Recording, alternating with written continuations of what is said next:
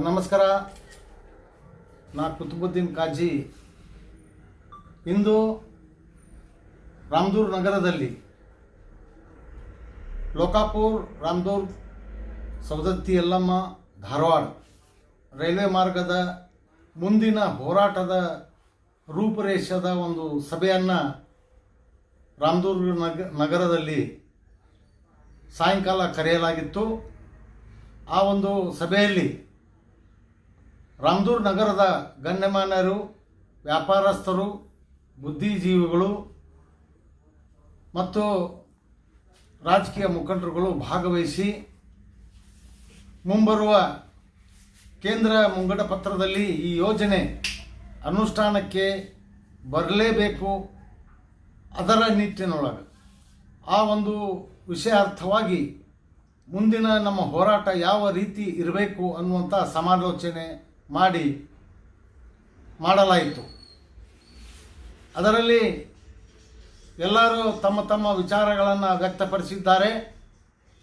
ಇವತ್ತು ಪತ್ರ ಚಳವಳಿ ಇರಬಹುದು, ಪಾದಯಾತ್ರೆ ಇರಬಹುದು, ಬಂದ್ ಕಾರ್ಯಕ್ರಮ ಇರಬಹುದು, ಅಥವಾ ಇನ್ನು ಬೇರೆ ರೀತಿಯ ವಿನೂತನ ರೀತಿಯಲ್ಲಿ ಹೋರಾಟವನ್ನು ಮಾಡಿ ಸರ್ಕಾರಗಳ ಗಮನ ಸೆಳೆಯುವ ನಿಟ್ಟಿನೊಳಗೆ ವಿಚಾರ ವಿಮರ್ಶೆ ಮಾಡಲಾಯಿತು.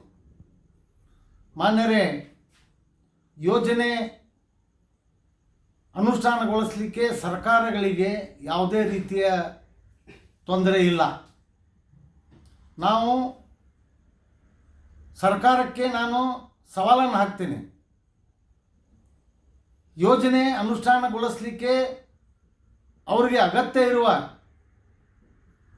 ವಾಣಿಜ್ಯ ಸರ್ವೆ ಇರ್ಬೋದು, ಇವತ್ತು ಜನದಿಟ್ಟಣೆ ಇರ್ಬೋದು, ಇವತ್ತು ಇಂಜಿನಿಯರಿಂಗ್ ಸರ್ವೆ ಇರಬಹುದು, ಎಲ್ಲ ರೀತಿಯಿಂದ ಯೋಜನೆಯ ಪರವಾಗಿ ಇದ್ದಾಗ ಸರ್ಕಾರ ಇಚ್ಛಾಶಕ್ತಿ ತೋರುವ ಅವಶ್ಯಕತೆ ಇದೆ.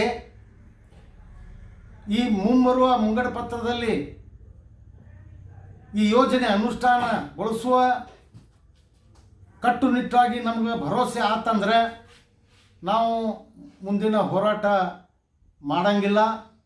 ಇಲ್ಲದಿದ್ದಲ್ಲಿ ನಾವು ಉಗ್ರ ಸ್ವರೂಪದ ಹೋರಾಟವನ್ನು ಮಾಡಬೇಕಾಗತ್ತಂತ ಹೇಳಿ, ನಾವು ಯಾವುದೇ ಪಕ್ಷ, ಯಾವುದೇ ನಾಯಕರುಗಳ ವಿರೋಧಿಗಳಲ್ಲ. ನಾವು ಸರ್ಕಾರದ ಗಮನ ಸೆಳೀಬೇಕು, ಜನಪ್ರತಿನಿಧಿಗಳಿಗೆ ಎಚ್ಚರಿಕೆಗೊಳಿಸಬೇಕು, ಯೋಜನೆ ಅನುಷ್ಠಾನಗೊಳ್ಳಬೇಕು. ಅಂದರೆ ಲೋಕಾಪುರ್ ಟು ಧಾರವಾಡ, ಯಲ್ಲಮ್ಮ, ಸವದತ್ತಿ, ಯಲ್ಲಮ್ಮ ರೈಲು ಮಾರ್ಗ ಅನುಷ್ಠಾನಕ್ಕೆ ಬರಬೇಕು. ಇದೇ ನಮ್ಮದು ಒಂದು ಉದ್ದೇಶ. ನಮ್ಮದು ಯಾವುದರ ಪಕ್ಷಕ್ಕೆ ಆಗಲಿ, ಯಾವುದೇ ಒಂದು ಶಾಸಕರಿಗಾಗಲಿ, ಸಂಸದರಿಗಾಗಲಿ, ಸಚಿವರಿಗಾಗಲಿ ನಾವು ತೊಂದರೆ ಕೊಡುವ ವಿಚಾರದೊಳಗೆ ನಾವು ಹೋರಾಟ ಮಾಡ್ತಾ ಇಲ್ಲ. ನಮ್ಮದು ಒಂದೇ ಒಂದು ಉದ್ದೇಶ, ಯಲ್ಲಮ್ಮನ ದೇವಸ್ಥಾನಕ್ಕೆ ರೈಲ್ವೆ ಮಾರ್ಗ ಆಗಬೇಕು. ಈಗಾಗಲೇ ಸವದತ್ತಿ ನಗರದಲ್ಲಿ ಅರೆಬತ್ತಲೆ ಸತ್ಯಾಗ್ರಹವನ್ನು ಮಾಡಿ ಸರ್ಕಾರಗಳ ಗಮನ ಸೆಳೆಯಲಾಗಿದೆ. ಅದರಂತೆ ರಾಮದುರ್ಗ ಪಟ್ಟಣದಲ್ಲಿ ಬಂದ್ ಕಾರ್ಯಕ್ರಮ ನಡೆಸಿ ಸರ್ಕಾರಗಳ ಗಮನ ಸೆಳೆಯಲಾಗಿದೆ. ಮುಂದೆ ಉಗ್ರ ಸ್ವರೂಪದ ಹೋರಾಟ ತಾಳುವಕ್ಕಿಂತ ಮುಂಚಿತವಾಗಿ ಮಾನ್ಯ ಸರ್ಕಾರಗಳು, ಸರ್ಕಾರದ ಪ್ರತಿನಿಧಿಗಳು ಎಚ್ಚೆತ್ತುಕೊಂಡು ಈ ಯೋಜನೆ ಕಾರ್ಯರೂಪಕ್ಕೆ ತರುವ ಪ್ರಾಮಾಣಿಕ ಪ್ರಯತ್ನ ಮಾಡಬೇಕು ಅಂಥೇಳಿ ನಾನು ಹೇಳ್ತೀನಿ. ನಮಸ್ಕಾರ.